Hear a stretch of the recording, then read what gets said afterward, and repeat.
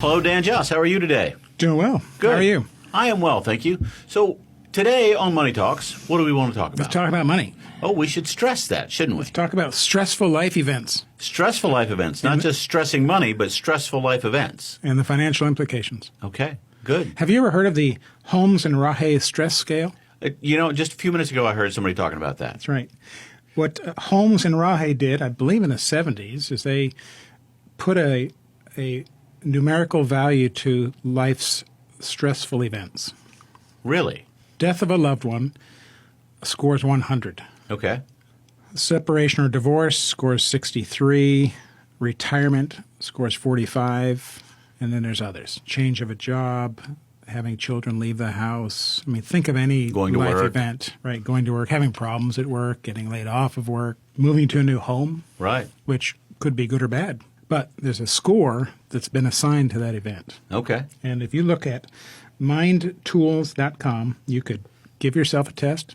And if you score above 300, then they say you're likely to be at risk of physical illness.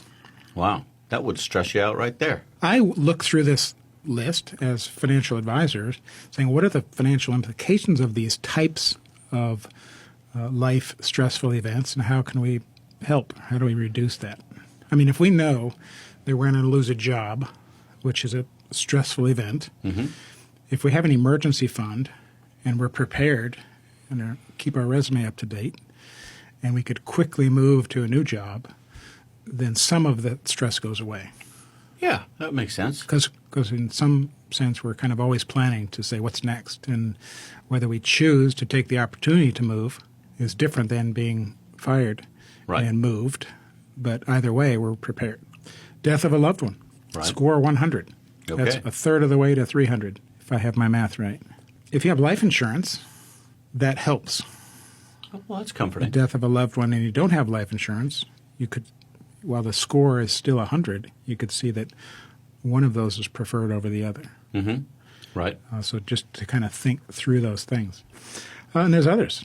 Having a child leave for college, score.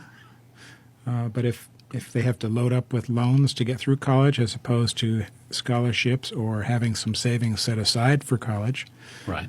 it reduces the stress of actually going to college, and you can be focused on the actual event instead of being stressed out by the event. And depending on the kid going to college, it might be a great Maybe a- relief to you. Woohoo! My Maybe kid's going to maybe a college. great Done. thing. Maybe a great thing. Not that my kids would know anything about that. Another one is just having a large mortgage. Okay. Now, this scores were done in the 70s, and I had a very low mortgage. But if we do some inflation adjustment, it would be about $150,000, $170,000 mortgage. They consider, at the time, large.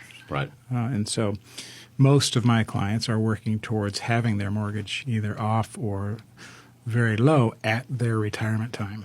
That's a good plan. And so if that's stressful to have that, then let's plan to reduce that stress. But there's hundreds of other events, so look up your own score. And what website do we go to? Mindtools.com. Mindtools.com.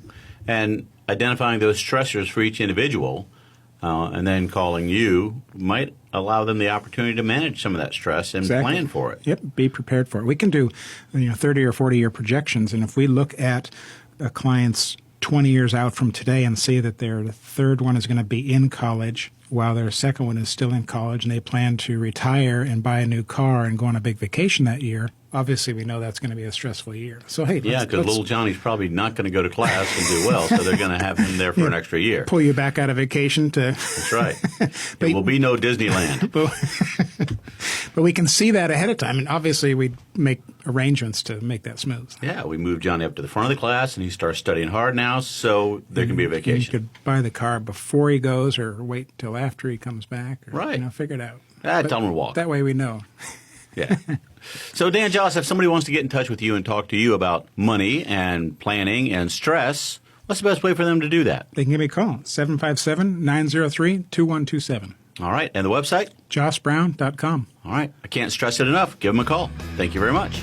Money Talks is a weekly program presented for the listener's benefit and entertainment. It is provided at no cost to the listener, and the ideas, opinions, and comments are not to be construed as legal advice, tax advice, investment advice, or other advice specific to the listener. Listeners are encouraged to seek the advice of a licensed professional or other qualified party when dealing with financial, legal, tax, medical, investment, insurance, taxidermy, plumbing, electrical, carpentry, real estate, chiropractic, veterinary, oral hygiene, hot air ballooning, etc. We have given you some food for thought. Now, call a licensed professional such as Dan Joss at 757-903-2127. Thanks for listening, and remember, failing to plan is planning to fail.